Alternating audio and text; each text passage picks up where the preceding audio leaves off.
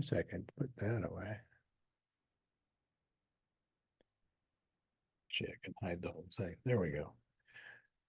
All right. So we're going to talk about shadow photography. You guys have any idea what that is?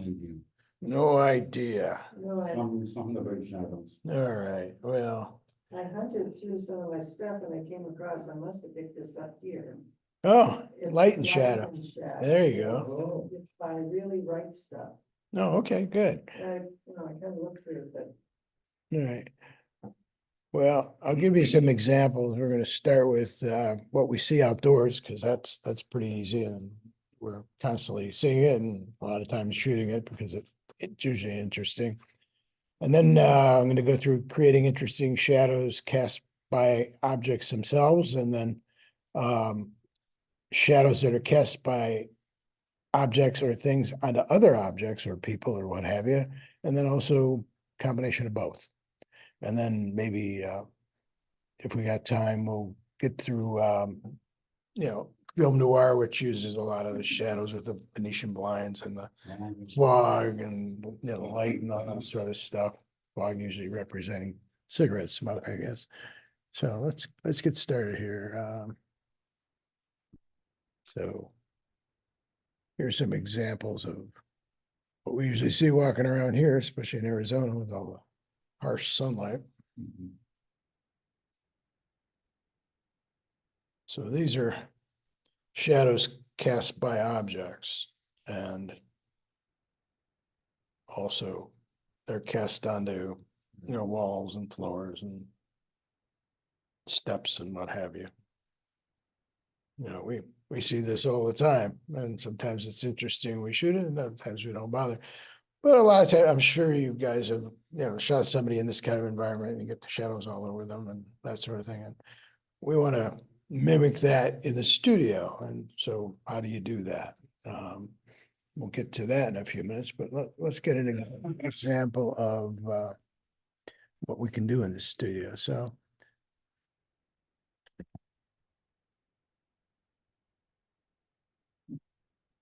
here's some of the kind of creative things you can do with shadows.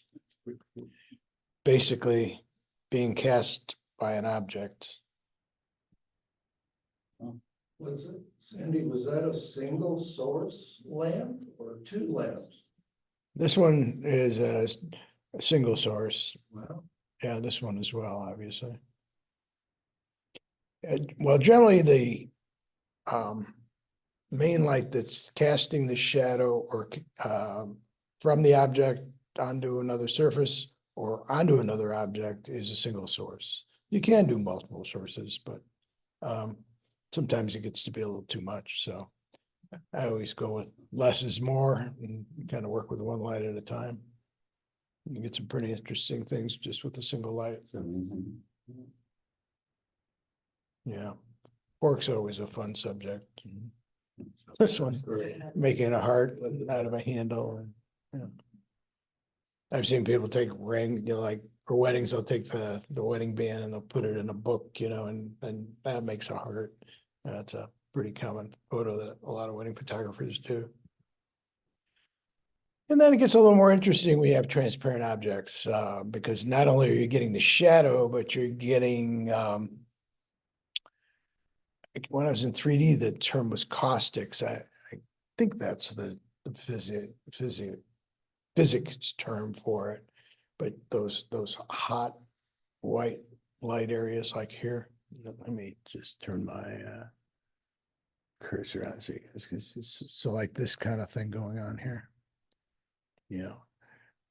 Or like when you're in a swimming pool and you see all those hot things from the ripples on the surface, so what kind of light's coming from the back of it? This one, is obviously from the back because it's throwing the shadows forward. Usually the light's opposite of the direction of the shadow. Here's another example. Let's make these a little bigger. This one, looks like the light is down in this way. Because you can see the way the glass bases are being cast over here. Now, is that one shot and then it's multiplied in Photoshop, or is it No, I think this is just all lined up. all one done? Yeah, it's 4 objects, or well, 8 with the shot classes. Yeah, yeah. Oh, that's great. Yeah, I think take really simple everyday things, like the things are brought in here for us to play with, and do some interesting stuff. This one I thought was pretty cool. Ah, Wow. What? yeah. Is that a curved? It has to be a curved piece, because if it was Okay. flat, you wouldn't see the light going through it and get that curved objects, yeah.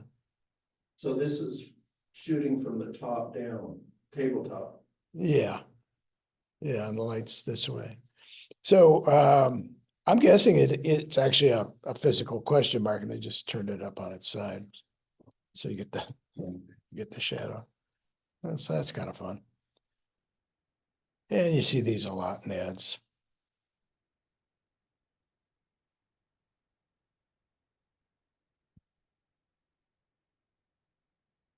And you can create perspective and depth and other kinds of things. Doesn't necessarily have to always cast it on the base that it's resting on. You can cast it onto walls or other things.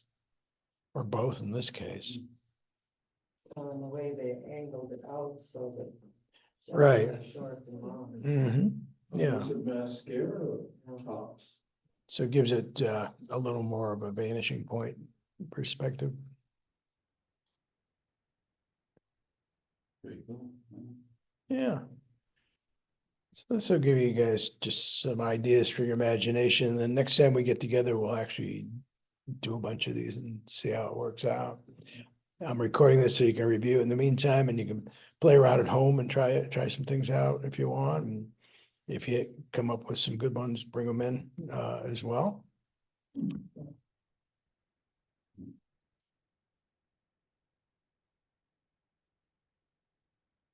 It works again, a little different viewpoint. Casting a big shadow.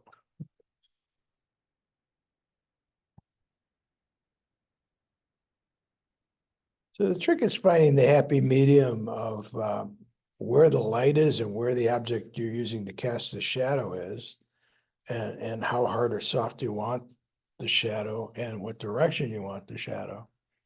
And those things can be manipulated by distance and the size of the light.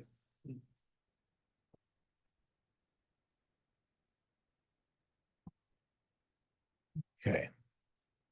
We're going to objects casting shadows onto other objects or people in this case. Well, So you can have a, that's dramatic. Isn't yeah, you can have a lot of fun with that.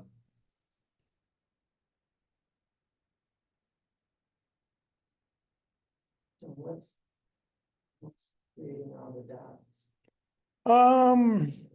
Probably some material, Cause I mean, there was a shadow, a sharp shadow line under her chin and up her arm. yeah, so this one's doing 2 things. The object being her is casting a shadow on herself. And then the source light is casting a shadow from another object that's in front of it. Now, anytime you put something in front of a light for the sole purpose of casting a shadow onto something, the old theatrical term was a cookie. I don't know how they came up with that, maybe because they were small and they'd stick them in the spotlights, and you don't want to eat them though.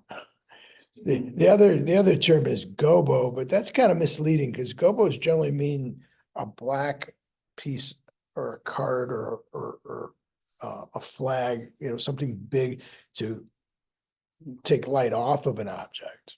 So usually that's solid and it doesn't cast a shadow, it just takes light away.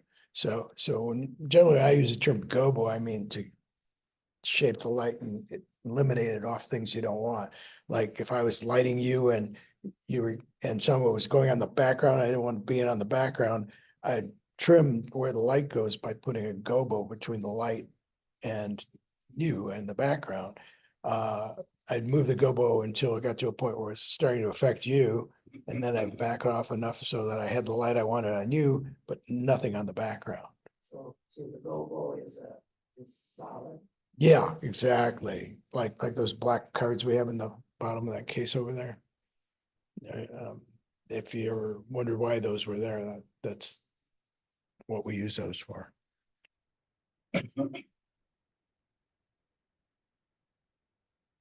And you can get creative, you can do it on the object or the person as well as the background.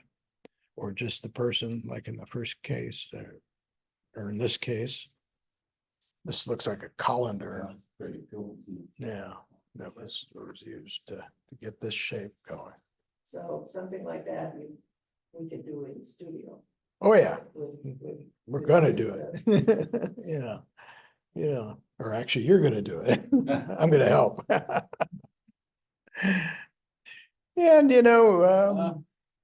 And obviously, her hands are the object that's between her and the light in this situation, which is kind of self-fulfilling. It's kind of nice.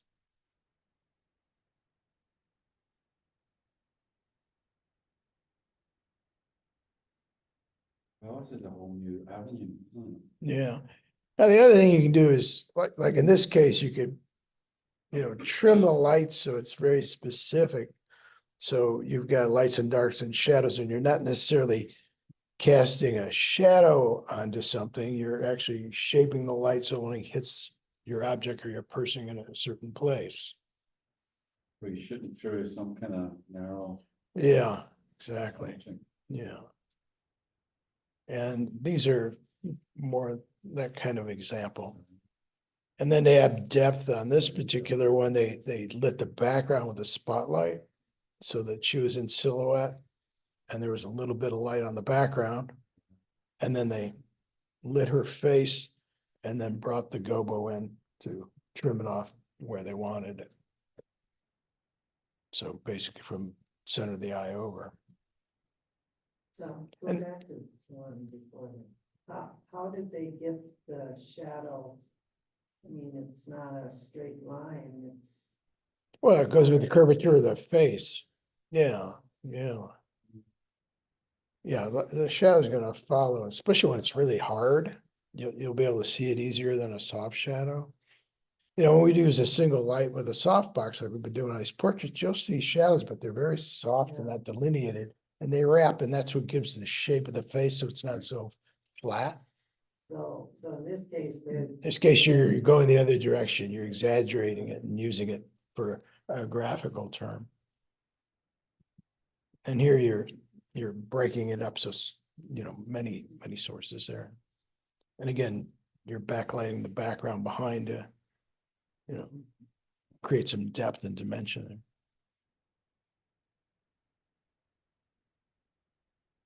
there. In this case, what the person's wearing is I'm guessing it's a knit hood or something, is actually casting the shadow onto her.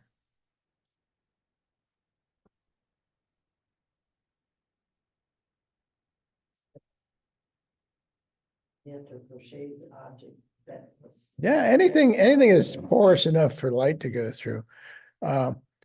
So like I said, we can do both as well. So here's an example of both. Where you've got the light, and in this case, it's being softened, the shadows being softened rather than hardened. On the light source that's casting this Venetian blind shadow effect. But the light's a little harder from the object, which here is the eyeglasses. And the nice thing about the transparent glass here too is it's also coloring, the sheet of music as well. And you notice when it's closer to the object, it's harder, and as it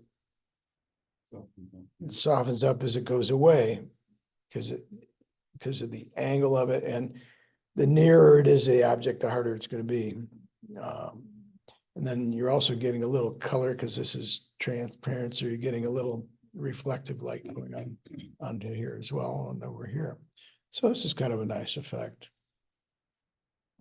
And then later, if we have time, we'll go a little bit through the film noir kind of look, but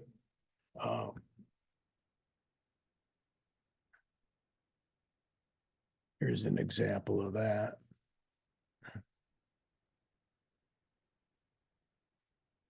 Whoa, where'd it go? So I hit the sleep screen button there. So you guys have probably seen this in hundreds of movies, you know, from that era. So, okay.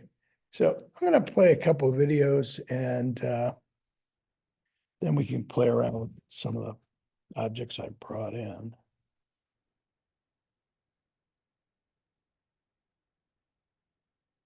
So this first one here.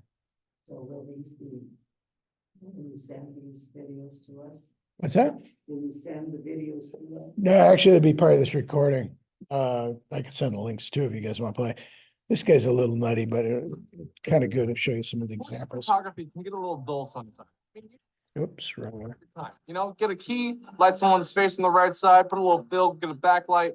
A normal bland portrait usually won't stop someone scrolling on Instagram to double tap in your photo, thus, you know, feeding your incessant cravings for self-validation. Validate me! I recently ran into this problem. I was just starting out my new Instagram portfolio and I wanted a series of photos on there that were really visually interesting, but still really cheap to shoot. So after thinking outside the box a little bit, I decided to experiment with shadows. Now, shadow photography is an extremely interesting niche of the photo realm. It's thoughtfully using the absence of light to contrast against the parts of the photo that contain light. Now, I know that sounds like just a shadow, but sometimes whenever you play it carefully and play the angles right, it can turn out to be an amazing photo. Creating shadow photos is a relatively simple process with a pretty minimal setup. All you need is a hard key light, a backlight like a quasar or a similar softer light, a backdrop, and a big old box of objects that can create weird shadows. Just find some stuff that looks cool when light passes through it. Some of the things we used were colanders, wicker baskets, film strips, you name it. Get creative. Now, a problem you might run into while trying to create shadows in your subject is that when light passes through your shadow object, light seemingly bends around the holes in your object to create large, soft shapes instead of the hard light you're going for. This is a problem that can be attributed to the light source's aperture. Just like a camera aperture, when you want a sharp image with no soft edges, you close your aperture to one of the smallest settings. The same goes for a light. Just in this instance, you're limiting the amount of light being put out, not absorbed. This limits the amount of diffraction that your light has, which will create a starker shadow when passed through an opaque object. Most lights won't actually come with an aperture for adjusting light distribution. The only ones that are widely available are LECO lights, and those are used in theater production, event production, even film production. LECOs actually have adjustable shutters in the back of the light that you can use to create spotlights, squares, any sort of thing that you can use with a 4-axis system. Even though the LECO had an aperture that we can use to cut down light distribution, it was still giving us really soft shadows once passed through the shadow object. After a bit of troubleshooting, we found out that we needed to reverse the aperture effect that works in the camera by switching the pinhole location to the front of the lens, not the internal side. This is because the light is outputting light to the reverse of camera, which is, of course, absorbing light. You can actually cut a pinhole in cardboard and stand that in front of your light with a C-stand. We were finally able to get the shadows that we wanted. We even found that if you change the shape of your light's aperture, you get the same shape in your shadows, even if it passes through a secondary hole. Science! Woo! Once you've completed your studio setup, get creative with your shots. Change up the angle of the light, the angle of the subject, or even the type of object you're using to get that shadow. Experimentation is one of the best ways to get your most creative shot.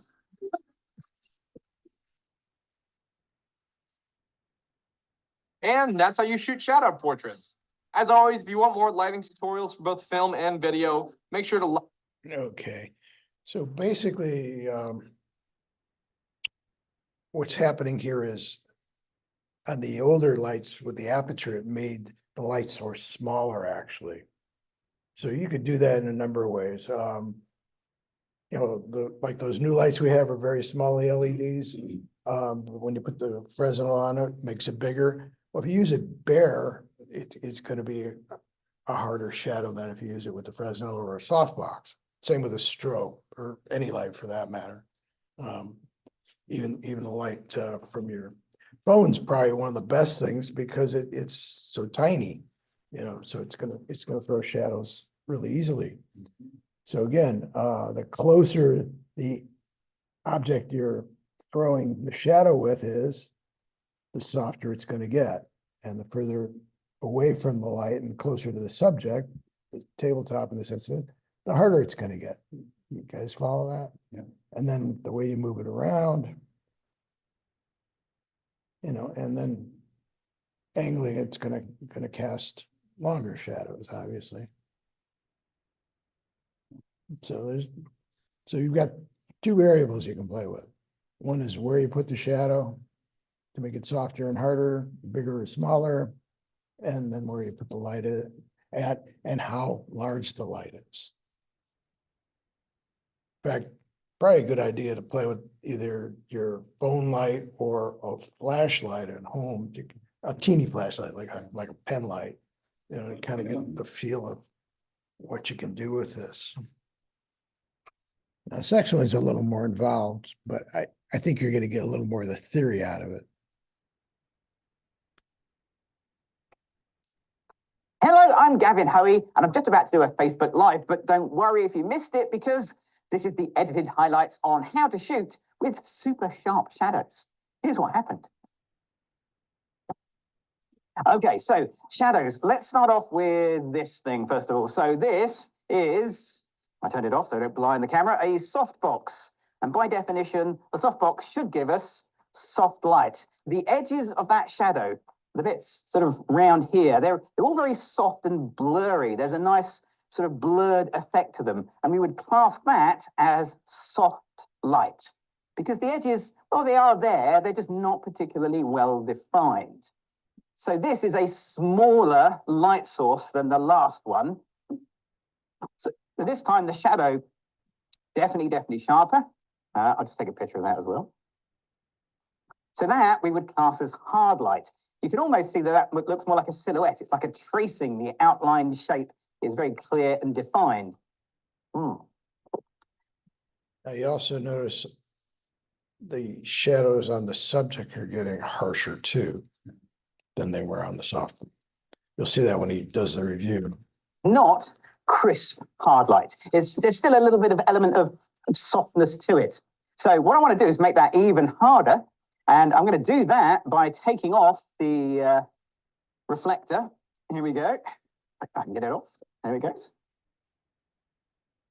So now you can see that that is really hard shadows. Now the shadows, I can actually make out the individual bits of fluffiness around the outside, where before they were there, but they weren't as crisp and sharp. So what's going on? How did I just suddenly make the same light notably sharper and harder and crisper? So the first light was this big and it was soft. The second light was this big and it was harder, but the last light was that big. And you can see how decreasing the size made the light harder and crisper. So it works like this. If you want the sharpest shadows, you use the smallest source of light. Okay, so we can go backwards and we can see softbox, reflector with shower cap, and then bare light. Okay, so you can see how changing the size of the light changes the crispness of the shadows. Also a slight color shift as well, which is interesting, but yeah, there we go. So that's how we're going to get that super sharp, crisp shadow. We're going to use the smallest light I can. Now, if you don't have something like this, you could use a speed light. That's not that much difference in size, but the smallest light you've actually got is actually attached to your phone. So if you need a light source and you've got some time and a tripod, you could use that as the hardest light source that you own, because it is incredibly tiny. So that's one way of doing it. There is another way as well. So making your light smaller will make your light more crisp. Let's set up something different. So what I'm going to do is just turn the light on, and I'm holding it in my hand just so you can kind of see it. I've got it. Yeah, see that? Okay. If I get my light really close, have a look at the shadow that the bottle is casting. You can definitely see there is a shadow, but you can also see that it's kind of soft and fuzzy. Now remember, this is the same light source. It's still that same sort of 1-inch diameter light, but now it's giving us soft light. But if I back the light up, as I go further and further away without tripping over anything in the studio, the same light is now becoming much more crisp. So what's going on there? How can this be soft light and yet also hard shadows as well? How am I getting that? Well, the simple answer is distance. It's always size relative to the subject. So when I'm up close, it's relatively large. And as I go backwards, it becomes relatively smaller. Okay, so what I've got is a bottle, and I'm going to use this bottle, and I want to use this bottle with crisp shadows because it has, if I can kind of get it in focus, there we go. It has some interesting writing and patterns on it. It's quite a nice little thing. It's from somewhere in Staines. So I'm going to change the angle. I'm just going to slide this back. And as I slide it back, the shadow's going to extend up the background a little bit more. Oh, yeah, I quite like that. That looks good. Let's try that. Yes, that's definitely better. Well, at least my preference anyway. So I kind of like that. That I think starts to work quite well. Although I like the green, I'm tempted to try a black and white. Now, I could edit this, but this isn't a Photoshop editing class. Let's do it in camera. Let's dive into Olympus's many and varied art filters. Ooh, that one looks fun. I'm going to try, I don't think I've tried this one before. This is the grainy, what was it called? It disappeared. Grainy film number 1. For those that want to know what I'm about to try, grainy film number 1, very, very chunky black and white effect. Oh, and of course it's rotated it around because that's what happens. Let's see if it wants to keep it the right way up this time. Yeah, there we go. Oh, you even get the USB cable in as well. That works really nice. That is very, very hard. You can see that the shadows have real definition to them, even on this rather noisy image. And it's supposed to be noisy. That is an effect that's part of the filter. A couple of questions. Far away. I'm going to keep taking pictures whilst you're asking questions. So Stephen asked, if you put water in the bottle, would it affect the shadow or colour? Yes and no. There we go. That's easy, isn't it? Any other questions? No. Okay. Yes, it would affect the shadows, but only really on the inside of the bottle. If you go back to my laptops, let's see. Okay, so where the water is coming through here, or not the water, the light is coming through here, that would change when you add water because that acts like a little lens. But it wouldn't affect the outer shadow. That would still be exactly the same. Okay, so yes and no. Okay, so I've shifted it around slightly. I've just gone with maybe just a completely green background. Let's have the overhead view, Sam. Let's mix it up a little bit. There you go. Thank you very much. Now, quick tip. If you're going to apply an art filter, remember to switch it off when you're done with it, because otherwise everything stays black and white, that was interesting. Like, oh, that's not right. There we go. So David asked if you'd be able to use a curved board behind, what difference that would make. Yeah, so effectively that's what I've done here. So what I've done is I've just put a piece of paper which is now curved rather than straight. It's green rather than white because I want to make use of the green. But it's basically exactly the same thing. It will take away the sudden shift in line and become a much more sort of gradual, gentle line. And something like that. If we jump over to my laptop. Okay, so you end up with that kind of effect. So that little bright spot through the middle is where that curve is coming through. Rather than having a sudden edge, you get a nice gentle edge. That's okay. I reckon we can do better. We can do better than this. Let's have one more go. So what I've done is I've added 2 sheets of green at the bottom, 2 sheets of green at the top to try and create this sort of stripy effect, which I think could work quite nicely. We did it as the cover image for this session. So I did it in red just to mix it up a little bit. Let's see, I'm kind of in the way, but I'll do what I can. So that around, he's not just locked down on. I think is okay. That's going to work quite well, but with a bit of tweaking. So the background, obviously not quite right. The background is the wall of my studio. So what I'm going to do is just pop in another sheet of this foam core. I'll just stick that back there. And yeah, okay. Okay, that's not too bad. We can spend time getting that better, but I think it's a better angle. I'm just going to go from above. It's just, yeah, this is definitely better. Okay, so I do like shooting straight down because it gives some interesting perspective on the world in a way that you don't normally see.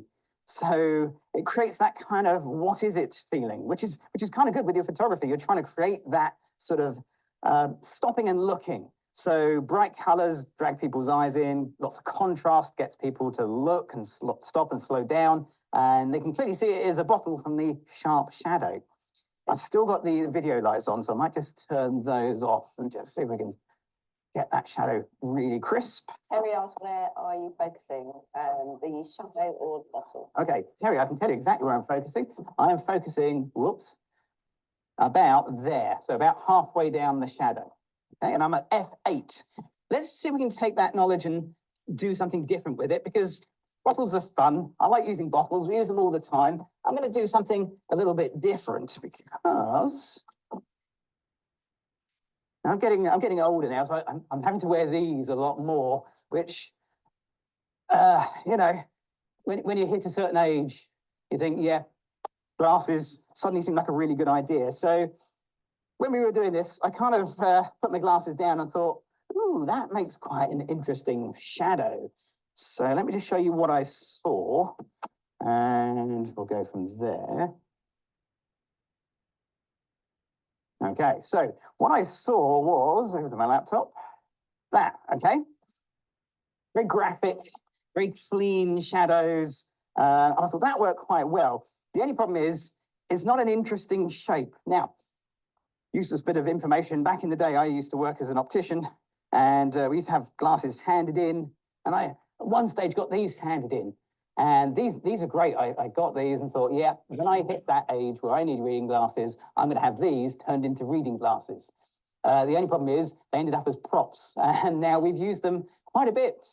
So these are round rather than square, and round shapes are one of those shapes as photographers we really enjoy. So round definitely makes a more interesting pattern than square.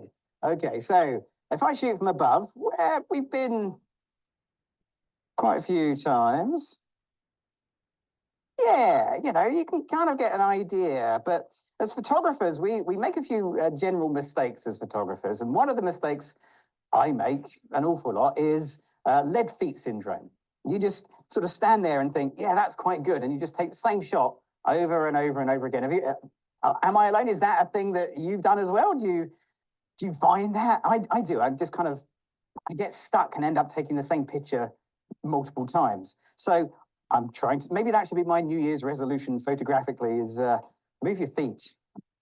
So I'm going to move my feet, change my position, change the aperture. We can go wide open, I think, for this one, and just see how this affects the picture. So exactly the same lighting, exactly the same props, just completely different.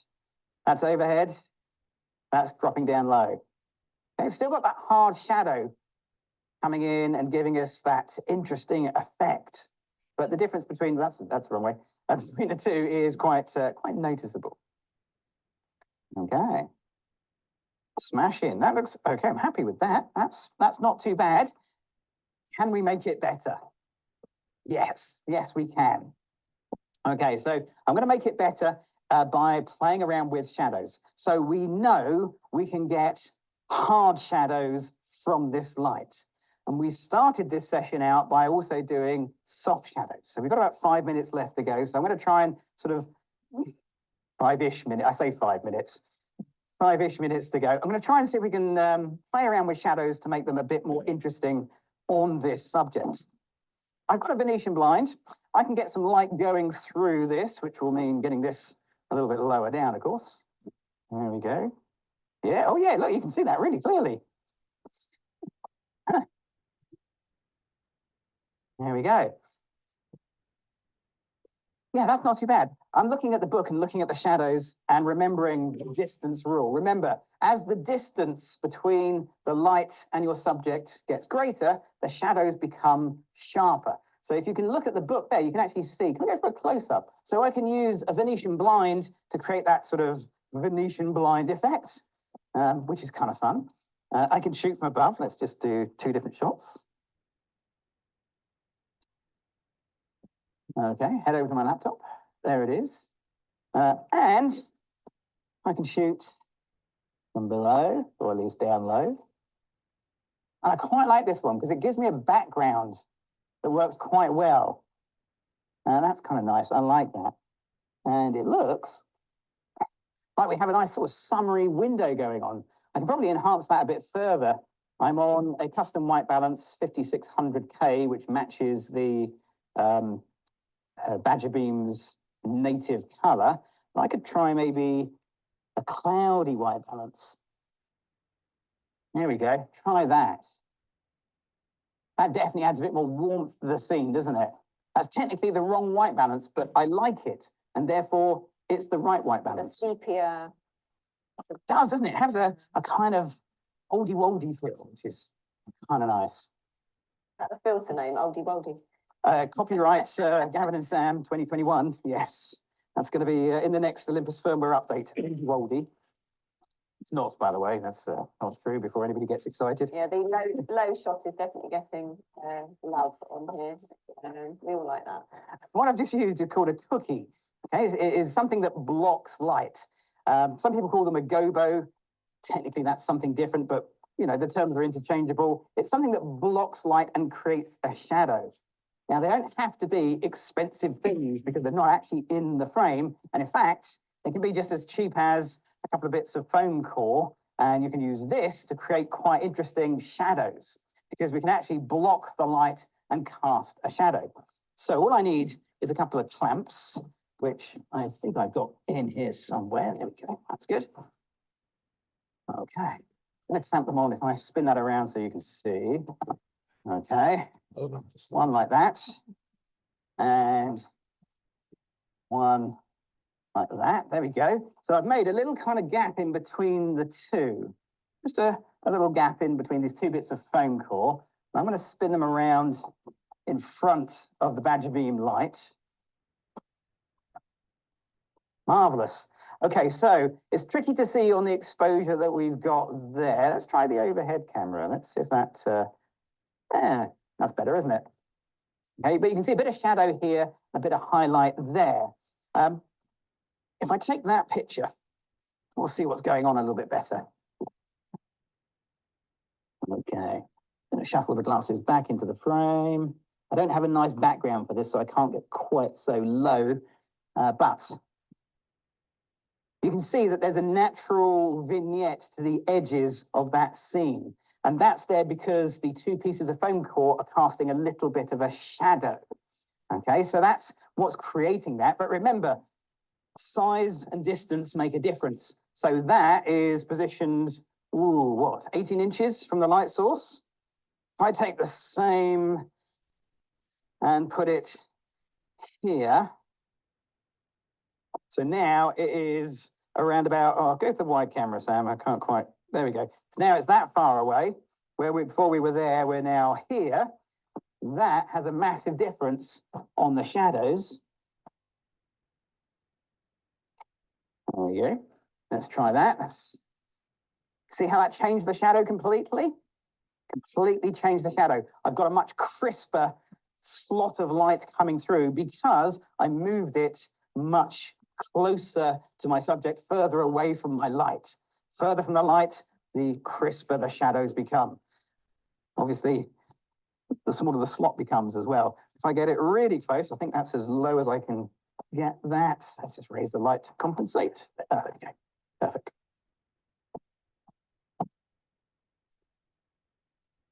There we go.